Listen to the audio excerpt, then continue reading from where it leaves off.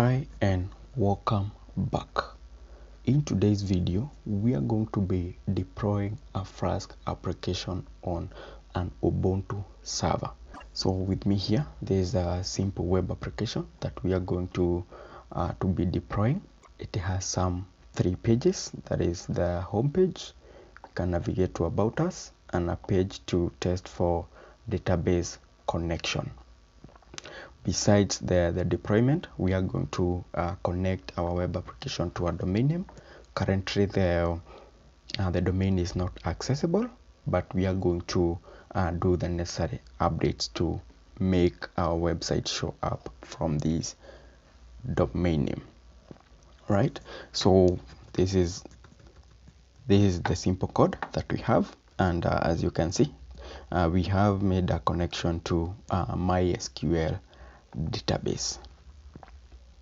Right, so depending with the state of your virtual private server, we are going to show how to go about the installation of the required software and doing the necessary setup. So we are going to start by provisioning an EC2 instance. In your case, you might have purchased already VPS. So in that case, you might skip the section where we are going to show about setting up an EC2 instance and all that. But once we are done setting up the EC2 instance, the rest of the procedure cuts across any virtual private server. Alright, to provision an EC2 instance, all you need to do is to visit aws.amazon.com, then just log in to your account, and you get this dashboard. So all you need to do is to click on this section, then search for EC2. All right, then in here we can quickly launch our instance from here. So just click on launch instance. Then in here we are going to give our instance a name, so we can just simply name it Flask. Right, then for the application and OS image, we are going to make use of Ubuntu. Then scroll down, leave the architecture as it is. Then for the instance type, we are going to work with T2 micro. For the key pair login, we are going to select and proceed without a key pair. So in your case, you may download your key pair depending with how you want to be connecting to your EC2 instance. Then for the network settings, we ensure that we have an auto assign public IP should be enabled. Then for the firewall, we are going to ensure that we allow HTTPS. We also need to allow HTTP traffic. Right, then we leave everything else as default. So once we have that, we proceed to run instance. All right, so an EC2 instance has been created, and let me just go back. So this is the instance that we are going to be making use of. Since this is for testing purposes, we are going to make use of this public IPv4 address. In your case, if this is for your production server, you need to provision an elastic IP. Right, once provisioned, attach it to this particular EC2 instance so that the IP does not change with time. But since this is for testing purposes, I'll be making use of this public IPv4. So that our domain can be propagating, I need to make an update of the DNS for this domain name, and I am managing the DNS for this particular domain on Cloudflare. So I'll access my Cloudflare account, navigate to DNS, then in here I need to update this IP to the new one. So once I have that, just click on save. Alright, so in whatever platform that you're managing the DNS for your domain name from, just ensure to update this particular IP address that is for the name. Right, also ensure that the CNAME of the www points back to the domain. So basically these are the two crucial DNS records that we need to have in place. All right, so once we are done with that, we need to access our EC2 instance, and this is how to do it. Just click on connect. So in this case, in case you had downloaded the key pair, you would have used this method to access your EC2 instance. But in my case, I'm going to make use of this option here. Just click on connect. All right, now from this point, in case you have any other virtual private server, then we are all at a common point. So whatever commands that we are going to use, you can use them from this point. In case you purchased your virtual private server where you are given the username, the IP address for you to SSH, then this is how to go about doing the SSH connection. So let me just open this readme here. So all you need to do is type in the command SSH, probably if the username was root at IP address, then you'll be prompted for the password. Input your password. So basically this command, you'll be executing it from your terminal. So in case you have this information, you just need to type in SSH, then your username, usually the root or whichever username that you have, then the IP, whichever IP that you have been given. Then once you press enter, you'll be prompted for the password. Input the password, and we are going to interface like this. But then in your case, it will be on the computer terminal, not web-based. All right. So once we are at this point, the next thing will be installing the necessary softwares. All right. But before then, we need to do an update of the package repository. So the command to do that is sudo apt update.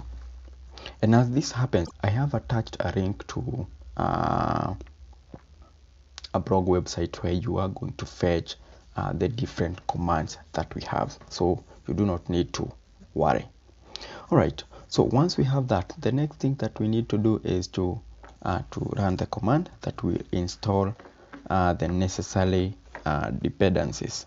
Right, so in this case we are going to ensure that we install Python 3. Probably it's already installed, but no harm installing it again. Then we're also going to install pip and venv, and finally Nginx, which is the web server that will be powering our application. So once we have that, press enter, confirm yes.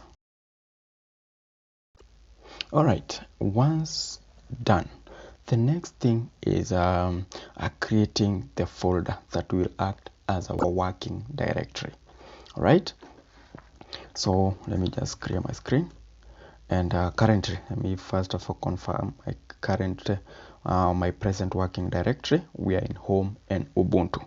So this way we need to be keen, because the path that we set for our working directory will be used in some future configurations, right?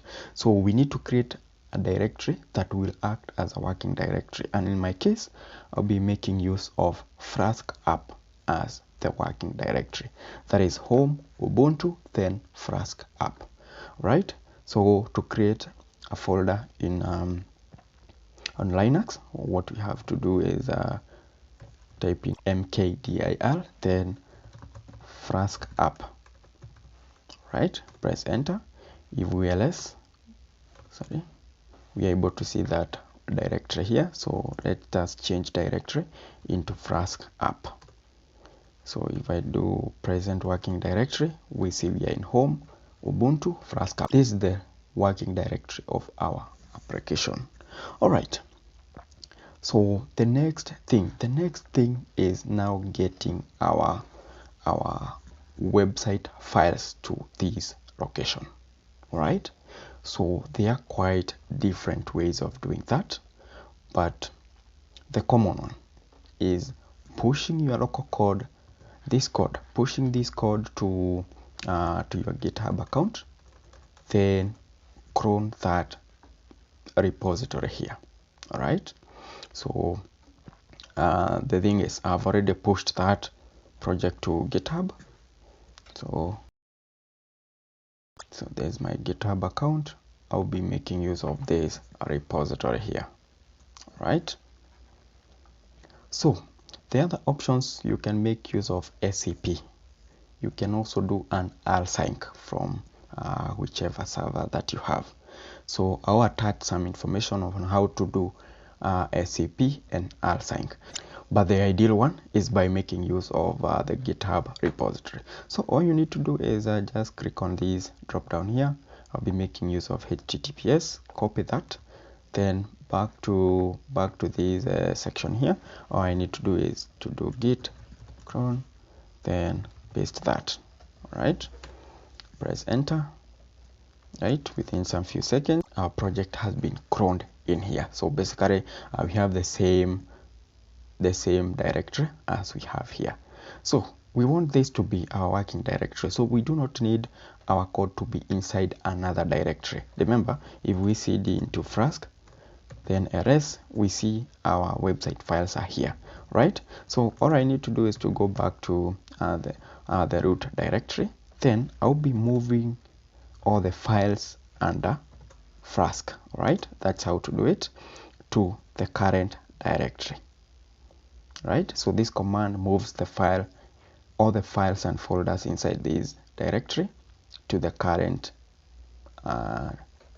location, right? So if we ls, then we see our project files here. All right, let me clear my screen. All right, once we ensure that the files are in our working directory, the next thing will be creating a virtual environment, right? And this is how to do it. So basically the virtual environment is where we are going to install the dependencies of our project, right? So we have Python 3 m venv, then this is the name of our virtual environment. Press enter. All right, if we ls, we see our virtual environment here.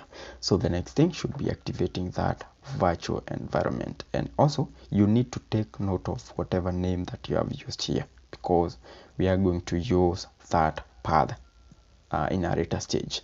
All right, so to activate that virtual environment, we have source venv bin and activate.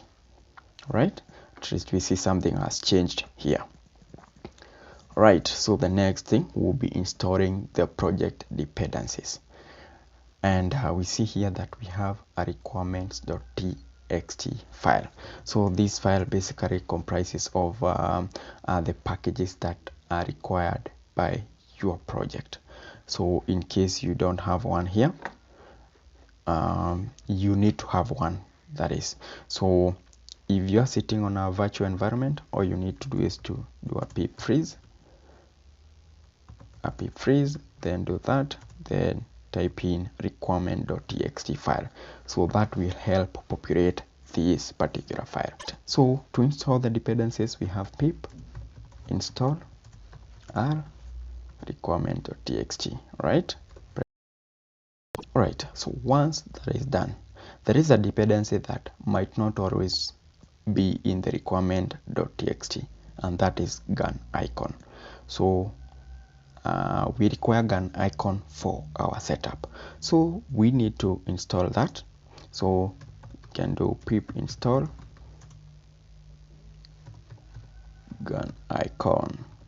All right, we are doing this in case Gunicorn is not part of your dependencies in the requirement.txt file, but in my case I had it there. So in your case, if it's not there, just proceed and install. All right, so at this stage we can create a mock of a local server, just like in here I had Flask run. So in here we can initiate that, so that at least we can test at this stage if everything is working as expected. So we have a command here that can be used to do that. So we have Gunicorn, then we can talk of bind. We're going to talk about 0.0.0 and make use of port 5000 and have app mapped to app, right? All right, so in this case we can make a test out of it, copy that, then paste, then access it on port 5000. Alright, so in your case, if you're using a different server other than from AWS, then you already have the IP. So just paste your IP, port 5000. Then for those making use of AWS, we need to expose these port, right? So what we need to do is that we need to navigate to, let me check on security, right? So security group, let us edit this. So for the security group, continue and edit here, then add a rule. We are going to make use of custom TCP, then have port 5000 here, then in here let us select that, then save. Otherwise, if we don't do this port is, we are not going to be able to access the application on that port, right? So let us just reload here.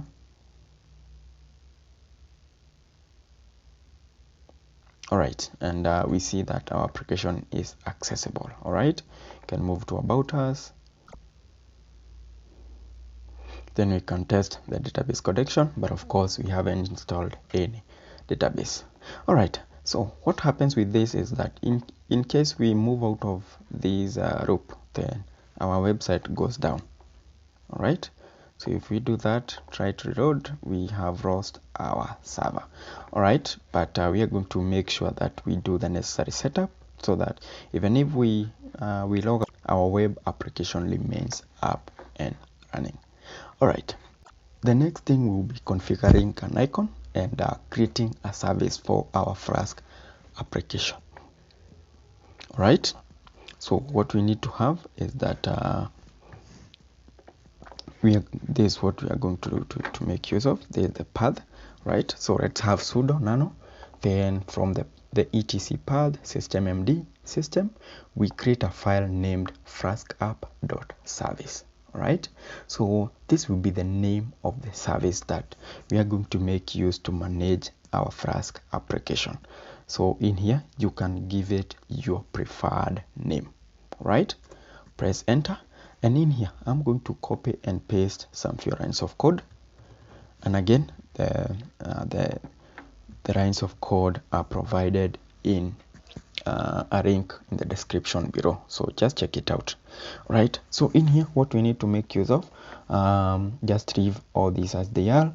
So for the working directory, in case you used a different one, please be sure to update that. For the environment, just have what we have here, right? So that is the location of your virtual environment, right? So remember, this is the location. For this is the name of your virtual environment, and we have bin here. All right, then for the extract, we also have the location for your virtual environment, bin, then gun icon. Configure the workers, then bind it to remember the same path to your application. So our application is found on home Ubuntu Flask app, then we mention Flask app.socket, basically .sock. Right, so don't worry, this will be created later by the application. Then map app to app, right? Then everything else remains as it is. So once we have that, just press on Ctrl X, Y, enter to save. Right, so with that we have already created a service for our application. So the next thing will be restarting the daemon and starting the service and enabling it so that it starts whenever we reboot our service. All right, so what we do, we have sudo systemctl, we reload the daemon reload, right? Then we also have sudo systemctl, we have start, then we mention our Flask app.service. Right, we can make use of that command by just using the app button. Instead of start, we enable. Right, so enabling means whenever the server boots, maybe a restart, or we had turned it, we had switched it off, we switch it back on again, then this service should start automatically. All right, so far so good. Once we set that up, we can just check if it's up and running. So if we check on the status, currently it's down. All right, but we are going to proceed with the next steps, and we will come back to this later, right? Because again, the success of this service depends on some other processes. So let us proceed. Clear the screen. So the next thing is to configure Nginx as a reverse proxy. Remember, we want to be able to access our web application from this domain, and or from this IP. So we are going to be accessing it on port 80. So for this to happen, we are going to create a configuration file that is in etc Nginx sites available, and the name of the file will be Flask app. All right, just press enter, and in here we are going to be pasting another set of configurations. So what we need to do is we have that, right? So it will be returning to port 80. In case you wanted to listen to a different port, just mention it, right? So then for this other line, the server name, so in here we are going to provide the domain name,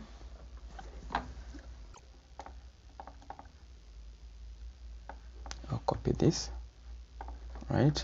So in here, let me just make use of so basically in here, for instance, if you want to access it on the IP alone, you can just include the public IP here, this particular IP, just mention it here. And in case you also want to access it on the domain name, this is where to paste it, right? Then we also need to make sure that we mention www dot the domain name. Then for the IP, we can also mention it here. We need to remove the HTTP part.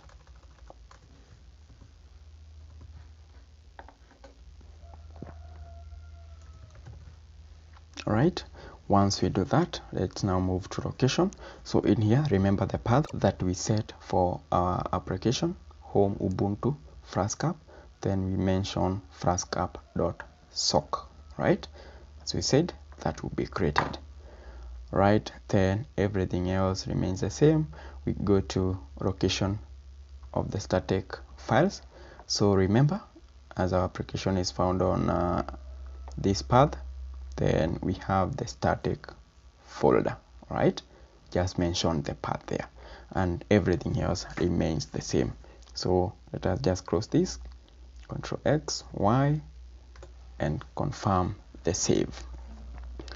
All right, once we have that, the next thing is to enable the configuration that we have just created, and the way to do it. So before we proceed, we can first check if at all the settings that we did are in good order, right? So we can just do sudo nginx and do a test, right? So if the syntax is correct and everything else, then they should be should return a success.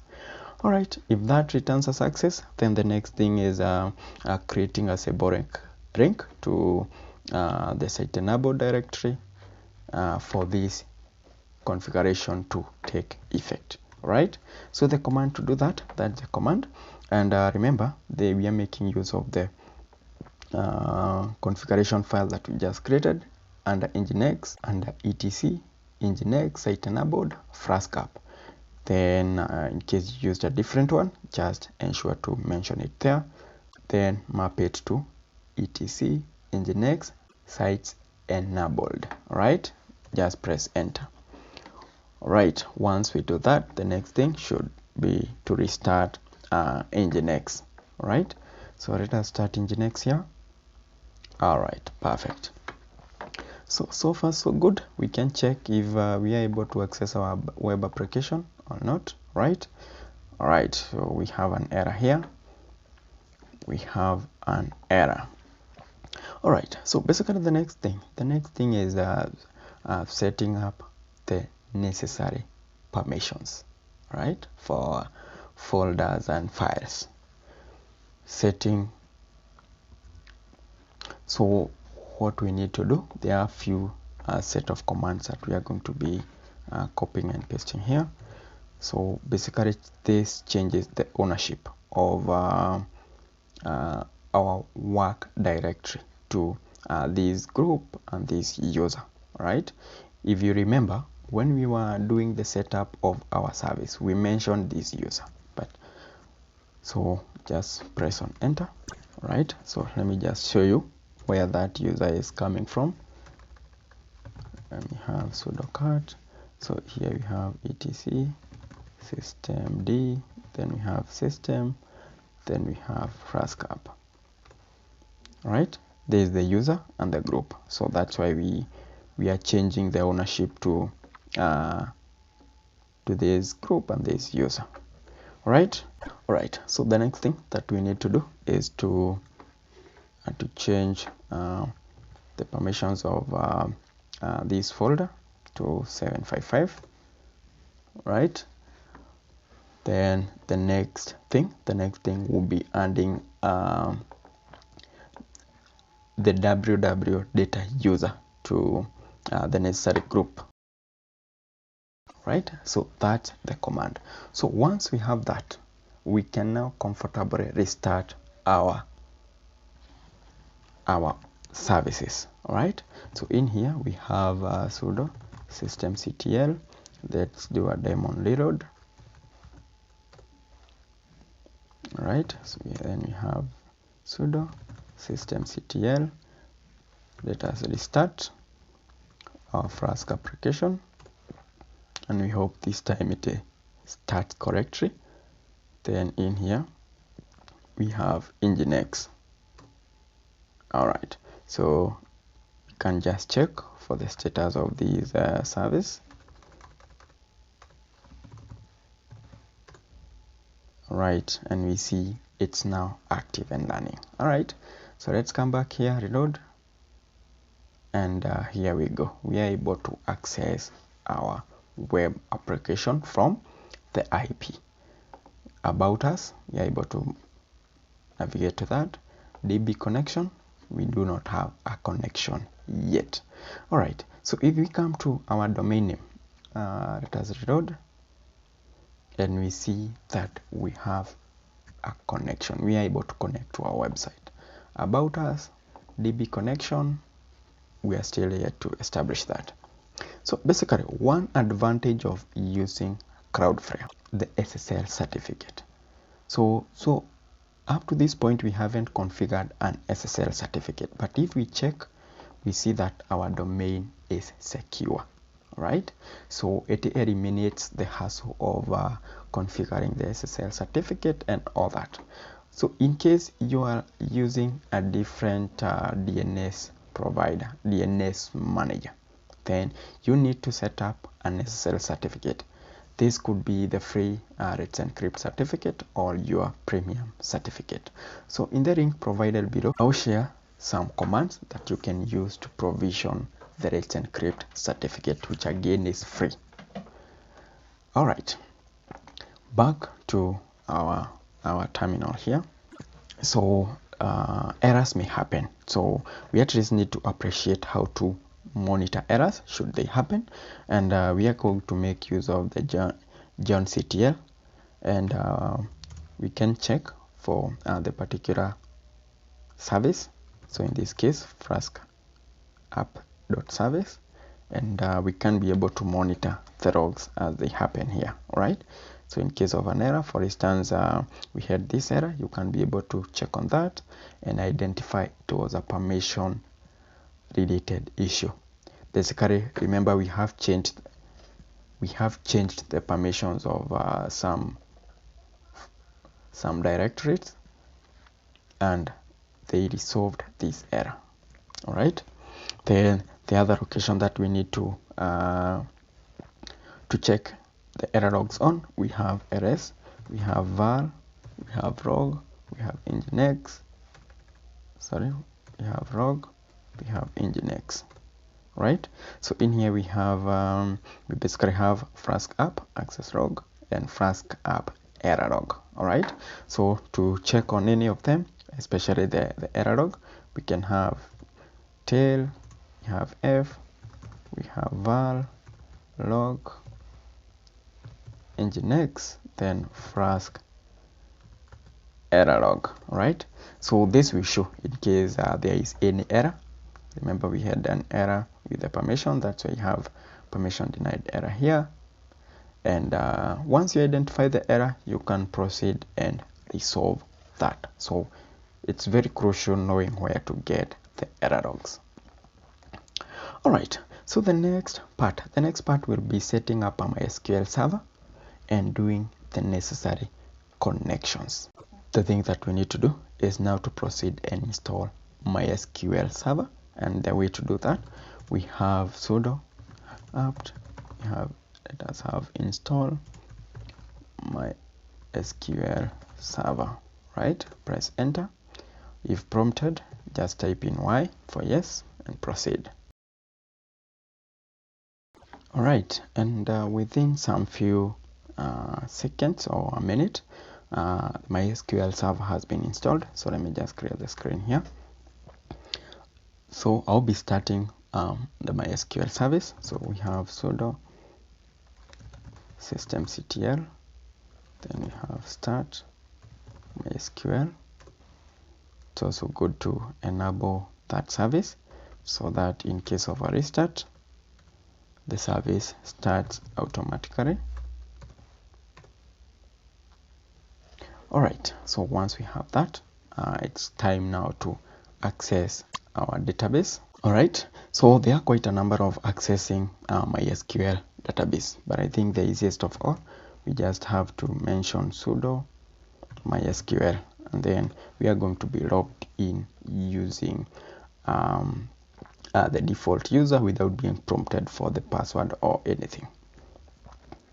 All right, so the next thing, we'll be creating a database, create a user, and do the necessary settings. So if we come back to our code, we see here we have this set of configurations. We have the user as my user, we have the password as my password, and database as my database. So we would want to create this user and the database, right, as they are. But in case you want to create the user and the database using different names, just create, then ensure to update this file. All right, so what we need to do, we just need to create a database. I'll be pasting in some commands here. So let's create database, my database, right? Then we can make use of my database, right, so that we switch to that database, right? Then the next thing will be creating a database user, and this is how to do it. You create user, the name of the user is my user, the user is to be accessing the whichever database locally, and we identify them by the password that we set here. So just update my password to your preferred password and my user to your preferred username. All right, once we have that, we press enter. Then the next thing, we will be granting some privileges to this user. All right, so what we have, we want to grant all privileges on the database that we just created here. There is this database, my database, and this is to all tables. This basically means dot star means to all tables, and we are granting those privileges to the user that we created here. All right, so basically this is the local user, so we must mention that, right? Press enter. And for those changes to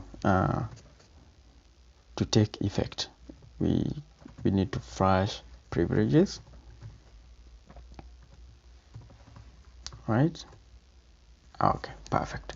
So once we do that, I believe everything is set up. So in case you used different username here, password, and the database name, then be sure to update it on your file. That is depending on the location that you did that configuration, right? So with that, Then let's go back to this location, right? Refresh, and we see that a database connection has been established. If we also come back here, reload, we see a connection has been established. All right, so there is something that I would want to show you, because it's not the best practice to access a web application on an IP when we have a domain name. All right, so we would want to change that behavior, because doesn't sit so well. So what we need to do is that we can exit from this database, right? Then we need to add some few configurations to our, let me show you. We have nano, we have etc, we have nginx, we have sites available, and we have Flask app, right? So we are going to make some few adjustments to this file, so that whenever we visit this IP, instead of giving a website, it redirects us to this page here, right? Or rather to our domain name.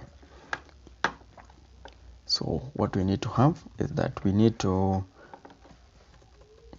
add some few lines here, right? So basically what that line does is that we are going to resend for the traffic coming through port 80 on our IP, right?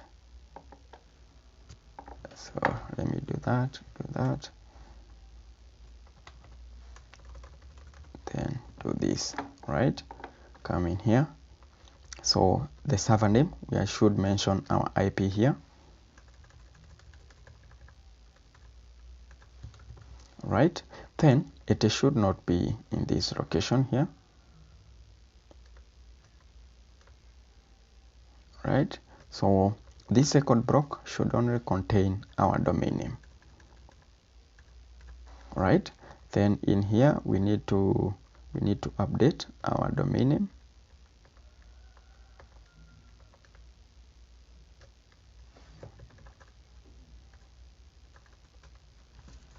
So in my case, my domain name is that's my domain name .co.ke.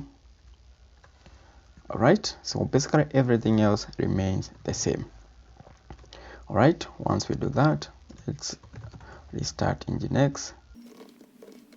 All right, so let's try to do that, and we see that we now get a redirect to our domain name. All right, so let me just go back here, right? Let me reload home, and takes me to the domain name. All right, so that is just a setting we would want to make use of. All right, and I think that's it. We have been able to deploy our Flask application, went ahead to configure a service for our Flask application, and also configured a domain name. So we may want to manage our application, and so we have sudo systemctl stop. Let us stop our Flask application, right? And if we come here, reload, you see that our application is gone. All right, so it's for you to check on the status, if at all it's not up on status. All right, so we see that it's inactive. All right, so all you need to do, ensure that service is up and running. Start. If you check on the status again, see it's active, come back here, reload, and your web application is restored. All right, so it's as simple as that. So should you face a challenge deploying Flask application, Django application, or basically interacting with VPSs, just be sure to contact us with the contact details provided in the description. So thank you for watching this video. If you are not yet a subscriber to our YouTube channel, be sure to subscribe and be part of us. In case you face any challenge, you can also be sure to drop the comment below. And in case everything was smooth, everything worked, just be sure to drop a comment. So thank you and goodbye.